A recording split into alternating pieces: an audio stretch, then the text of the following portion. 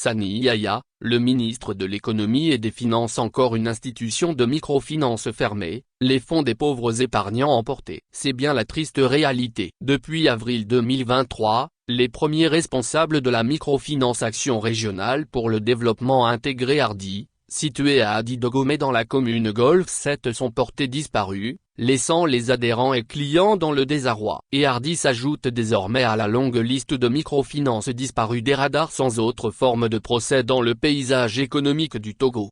Ceci dans la grande indifférence du gouvernement. Une situation récurrente qui donne l'impression d'un gouvernement laxiste et complice des prédateurs de l'économie nationale. Comment ces institutions de microfinance s'implantent-elles? Que fait exactement le ministère de l'économie et des finances vis-à-vis de cette nébuleuse qui détruit la vie des concitoyens? Une situation qui rappelle à la mémoire collective le trading GATT qui a fait volatiliser plus de 25 milliards de FCFA des Togolais. Dans un communiqué en date du 29 mars 2021, le ministre de l'économie et des finances Sani Yahya informait le public que certaines structures notamment Global Trade Corporation SAS, KCSPCIF Togo Sari, Prosperity Investment Corporation, PIC, S.A, la société de négoce et de courtage en banque, SNCB, Leader Bureau Chimal Serui Groupe Togo, Alliance Motion Global, Chi Centurinu, CNE, J Global Capital International S.A.U, Tiens, Timex Trading, Aladdin Group, Petrompet Togo, Black Empire, Iglyph International, Global Building Investment Trade, Globit, Global Investment Trading, l'IEPLIMAL, exercent en toute illégalité et ne sont pas autorisés à collecter des fonds auprès du public contre des titres de capital ou de placement. Elles proposent des gains mirobolants et flatteurs pour susciter l'engouement de la population à ces produits, l'exposant ainsi à un risque élevé de perte de l'épargne constituée durant tant d'années d'efforts.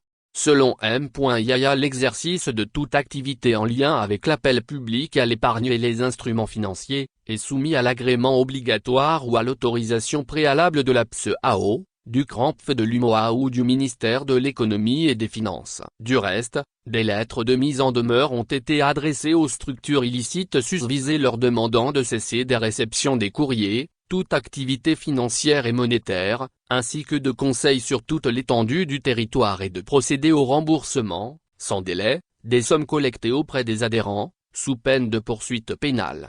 Aussi est-il fait interdiction à toute entreprise ou personne autre qu'une structure ou un intervenant agréé d'utiliser une dénomination, une raison sociale, une publicité ou d'une façon générale des expressions faisant croire qu'elle est agréée en tant que structure de gestion du marché ou intervenant commercial. La suite est bien lamentable pour les épargnants. Les 23 et 24 septembre 2021, a eu une vague d'interpellations et d'arrestations des promoteurs et des responsables de ces sociétés de trading et de placement de fonds. Certains ont été déposés à la prison civile de Lomé. Depuis lors, plus rien, surtout en termes de dédommagement des victimes. Plus grave, certaines de ces structures, en l'occurrence Tiens, a repris du service depuis un bon moyen sous le regard complice du gouvernement. À tout point de vue, le gouvernement apparaît comme un symbole d'insécurité pour la population. Source, Le Correcteur / titre original, La loupe du correcteur, gouvernement d'insécurité des citoyens.